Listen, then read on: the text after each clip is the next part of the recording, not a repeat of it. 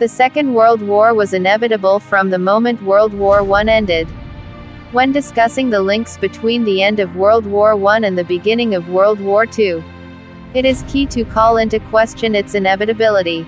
This essay will outline and discuss the issues arising in the time separating the two events, and if these affected the occurrence of the Second World War. To a modern audience, we recognize World War I as a total war, which caused immense devastation not only in terms of the amount of lives lost, but also to the land and the psychosis of those involved and those at home. Nearly 1 million men from the British Empire alone had lost their lives. The casualties of France, Russia, Germany, and Austria were considerably more.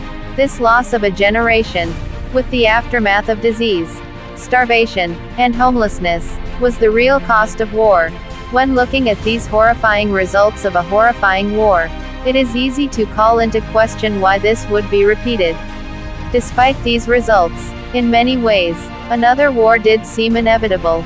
The period immediately following the conclusion of World War I was like a pot slowly boiling. The end of World War I heated up the ensuing atmosphere. Therefore, the Treaty of Versailles is, if not one of the most important factors when discussing the outbreak of World War II. It was a watershed in that it was one of the main and dominating treaties enacted after the war concluded, and H. A. Clement confirms this, saying, "It was the most important of the whole group of treaties. It had the most lasting effects on the post-war world. Due to its being a diktat, it was not well received by Germany. There were many reasons for Germany's discontent at not only the bill, but at the actual organization of the peace settlement itself. An early touch of contempt for the treaty was in the simple fact that the Germans were not allowed to attend the meetings. Each member present had their own individual aims and desires to come from the treaty, which was the work mainly of 3 men. These 3 men being Woodrow Wilson, George Clemenceau, and David Lloyd George. John Martel tells us that the different outlooks of these men, together with the practical difficulties they faced, contributed to the nature of the treaty's terms. Despite Germany's disgust at the treaty, Dr. Ruth Hennig argues that it wasn't the worst treaty to be enacted during this period. Compared to the treaties which Germany had imposed on defeated Russia and Romania in 1918, the Treaty of Versailles was quite moderate.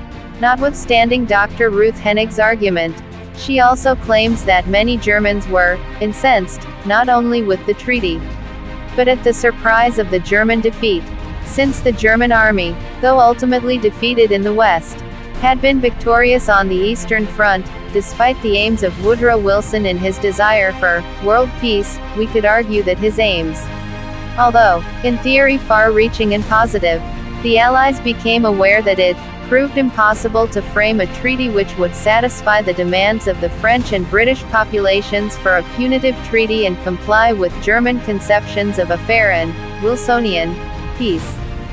Through the articles of the treaty, Germany lost colonies, land, armed forces, and was forced to pay reparations. However, there was one part of the treaty which was hated most of all. Clause 231, or the War Guilt Clause. Dr. Ruth Hennig tells us that, single quote, in the frenzied post-war atmosphere, politicians from all German parties agreed that the treaty, and in particular its despised War Guilt Clause, was vindictive, unfair, and impossible to execute. They portrayed it as an unjust peace, and appealed to progressive forces across Europe to help them revise it.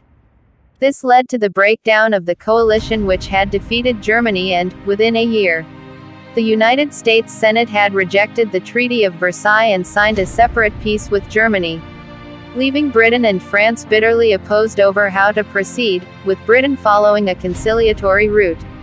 France stuck to their desire to crush Germany, therefore strictly keeping to the terms of the treaty. In terms of the Treaty of Versailles, moreover, we could clearly argue that it was a major factor in the outbreak of World War II, as it not only made Germany bitter and determined to reassert herself, it also divided the main powers over its terms.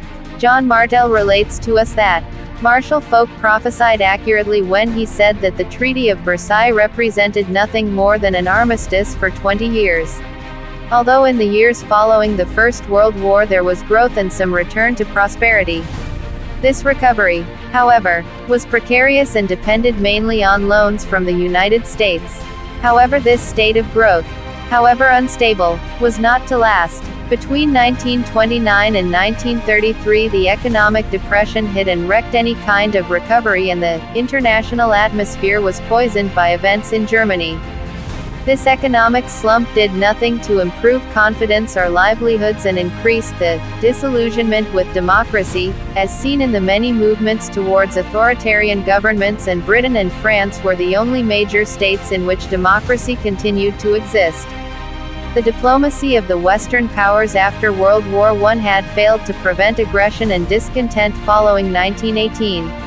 During the late 20s the relationship between France and Germany began to strengthen through their two respective leaders during this period, Briand and Stresemann, with the Locarno in 1925 and the Kellogg-Briand Pact in 1928. John Martel tells us that for a brief period during the late 20s that the Great War had really been the war to end all wars. Although the actions of France and Britain in their decision to appease politically and economically the aggressive actions of Germany may have been seen as weak, we could argue that this was an attempt to prevent the horror of war reoccurring again.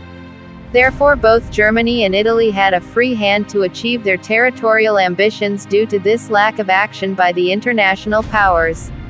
Also, due to the terms of the Treaty of Versailles, which were viewed as harsh and unjustified by the majority, many felt that Germany's claims to these expansions were justified and that to fight against them would be merely to defend an unjust treaty. The lack of contact with Russia did also not help matters during this period, whose policy to Europe was rather hostile during this interwar period. Although they made a favorable step in joining the League of Nations and making an alliance with France in 1935. In spite of these brewing tensions, we could argue that the most significant failure of the powers was the subsequent failure of the League of Nations. With the ineffectiveness of the League and the growing power of Germany under the Hitler, it seemed inevitable that some form of conflict was inevitable. One factor that could have possibly stopped the occurrence of war would have been the ending of Hitler's aggressive demands on Poland, as it was certain that the Allies would rush to her defense if Poland was attacked. Therefore it is easy to argue that the effects following World War I and the tensions between the interwar period caused the pot of tensions to boil over into World War II. However, historians differ in the interpretations on the causes of the war, as there are many that could be cited. The cause could be placed on the Treaty of Versailles, in that their harsh terms made the German desire to change them be seen as justifiable. The Western policy of appeasement towards Germany and Hitler could also be blamed. France and Britain could also be blamed for their lack of effort to improve relations with Russia. Their lack of response to Russia's calls for collective security not only created a feeling of mistrust, but also a fear of communism. This caused the Nazi-Soviet pact, which R.D. Cornwell argues precipitated the war. Hitler as an individual is often blamed. R.D. Cornwell comes down on this side of the argument. It was his unscrupulous, ruthless and aggressive policies which plunged the world into 6 years of devastating warfare. With all these pressures presenting themselves so early after the devastating First World War, it is hardly surprising that the second conflict came in being. If we look at it another way, some analysts and historians would argue that it was inevitable because of human nature. E. O. Wilson believes in this theory. He claims that human evolution has been defined by conflict. War is embedded in our very nature. Despite these theories, it is easy to argue the inevitability of World War II not only by the snowball effect of the turmoil following World War I, but also due to the actions of individuals, or indeed, lack of action. We thank all of you for being with us throughout the video, and I hope this video has been meaningful to your purpose. Please share this content and subscribe if you are new to our channel.